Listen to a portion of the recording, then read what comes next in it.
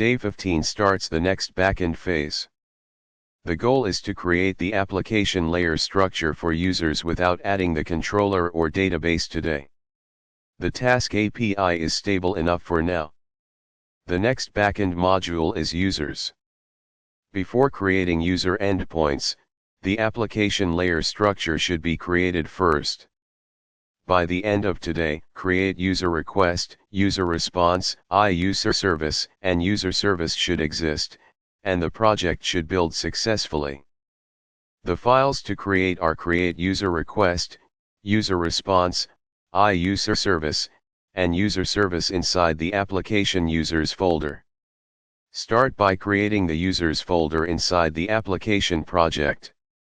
This keeps user application logic separate from task application logic. Create user request receives user creation data from the future API. It has full name and email, and it does not include ID because the backend creates the ID. User response returns clean user data from the API.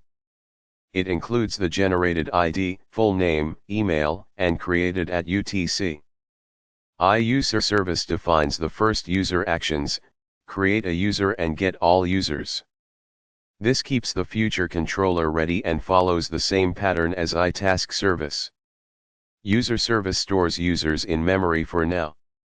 It validates full name, validates email, generates an ID, creates a response, and returns all users. After the UserService structure builds, stop.